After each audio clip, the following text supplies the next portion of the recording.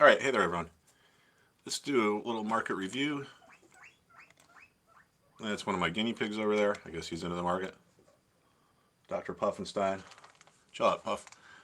So, market does go down too, as well, I should say, as well. People think markets just go up. We got to a point where everyone, well, not everyone, but some people are so giddy that there's this like excessive bullishness out there. And what happens when people are excessively bullish? What do? They invest their funds. What happens when they're done investing? The market runs out of buyers, and the only place it can go is down. So, when a lot of people are talking about the quote unquote Santa Claus rally, a lot of people get on the same side of the trade, meaning they pile on, people want to buy, things are going up. But guess what? This is the type of environment where markets can make big moves lower. Because if people are overly bullish, the market runs out of buyers. Now, I think this is a pretty interesting picture here. These are inflows into the S&P, or the SPY, the spider. Look at this. This goes back, say, 5 years. Look at how high we are in this last day's reading from, I guess, yesterday. This is just enormous. This is an extreme. This shows people are extremely bullish and money is flowing in. So when we have this excessive bullishness, it could be a bad thing. As a matter of fact, like if we look at Nvidia from like when they reported earnings back here, okay, they reported these great earnings, and guess what? The market did not move higher. That was a sign that the markets ran out of buyers. Doesn't matter how good the numbers are. If there are no buyers left, no one who can push the price any higher. You need buyers to push it higher. If everyone who wants a position in Nvidia has it, then no one's going to be pushing the price any higher. So we can see we sold off. We got back up to 500 again, sold off again. Resistance is where there's a lot of sellers, and here obviously it's around 500. Sometimes the sellers get nervous that other sellers are going to undercut them, so they start reducing their prices, and this causes a snowball effect. So it's not uncommon to see something get to resistance and sell off. Let's take a look at some of the sectors here. Financials have been in the driver's seat over the last couple of weeks, and financials really had a nasty move lower. So here's our tech. This is obviously a big move lower, down 1.5%. But I think this is really what we got to focus on here. And this could be the precursor of a pretty big move lower. The financials drove the market up. Now we've had a pretty nasty reversal. And I've been talking about this $37 level. I think if we clear this on the downside, that'll lead to a sell-off in the broader market. So we're trading at 36.90, so we're right there. I mean, we're right on it. It may take a couple days to play out, but this is definitely weak action, and action like this tends to have some kind of follow-through. See, we got up here a little bit of a trading range, a little rectangle pattern, which is just a trading range. So this could be telling us that the tide is turning. The blue team is here in charge, and then the red team and the blue team have kind of a standoff. The blue being the bulls, the reds being the bears. And finally, the bears just said, all right, enough is enough. I'm coming in to sell, and oh, I can't find any buyers. So I got to push the price down. So if there's one thing to watch in the market, I think it's this. Okay? But of course, there's never just one thing to watch in the market. The other thing I would be watching is what's going on in bond market here. So the bonds are still kind of hanging tight around this resistance level. See, there's resistance here because it was support. Support levels can turn into resistance. This happens because we got people who bought back here become remorseful when the price goes lower, and a lot of them tell themselves, I made a mistake. If the price gets to my buy price, I'm going to sell. So it is not uncommon to have resistance at a former support level. As a matter of fact, it's very common. So now we're hanging around here. If all of a sudden some sellers start to get nervous and they start to undercut each other, well, these are bonds. So if bonds go lower, interest rates go higher. And that's negative for the market. So let's just take a look at a couple other things here. Our healthcare sector. Wow, big move there too. I mean, I don't know, but this feels like a type of reversal that could have some follow through. Another thing I think you should look at here was something that we talk about in my Benzinga Trading School class is these sentiment readings.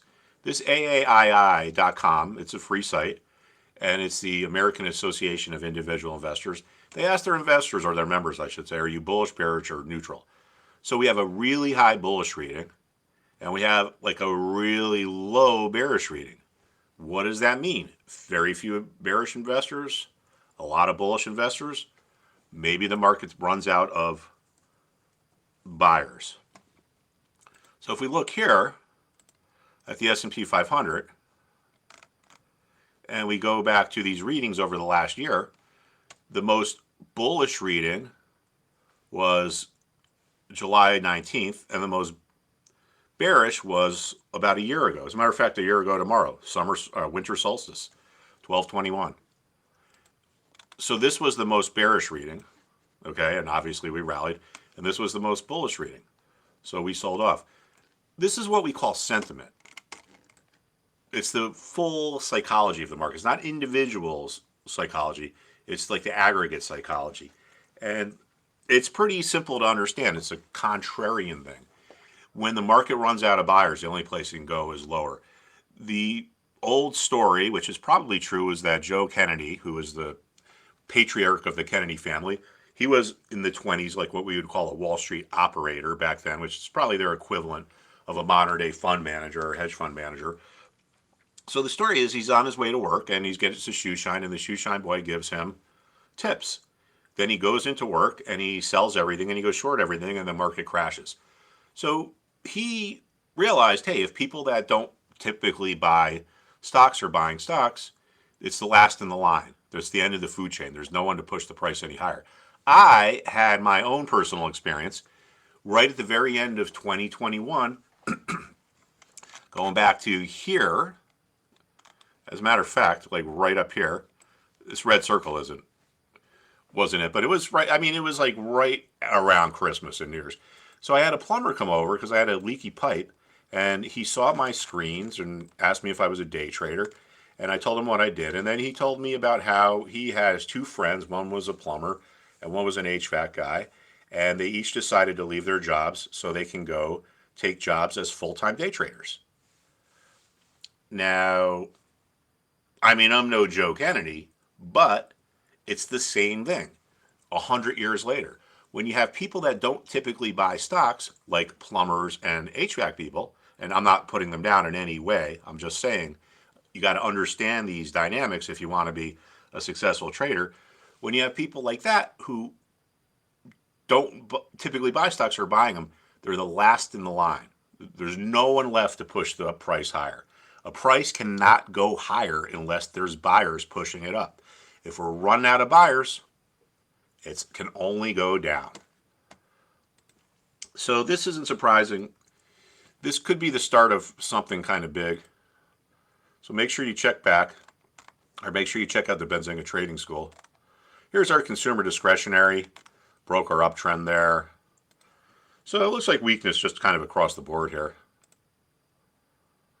Yeah, big turn in the industrials. These look like these are the types of moves that have follow through. Closed on the lows of the day, had a big reversal during the day, opened here, got all the way up to here, and closed all the way down here. So this could show us that the red team is taking over. The bears are taking over. And before I get going, I just want to take a quick look at oil, because that looks like it may be about to move higher. Okay, we could be breaking this resistance here. We're testing it around 74. Testing is a trader term for, okay, we're right there. Let's see what happens. But if we do move higher, next stop is probably up around 78. So there'll be some trades there. If you look, if you're not an oil trader, you can trade the ETFs or some of the ETFs that track it.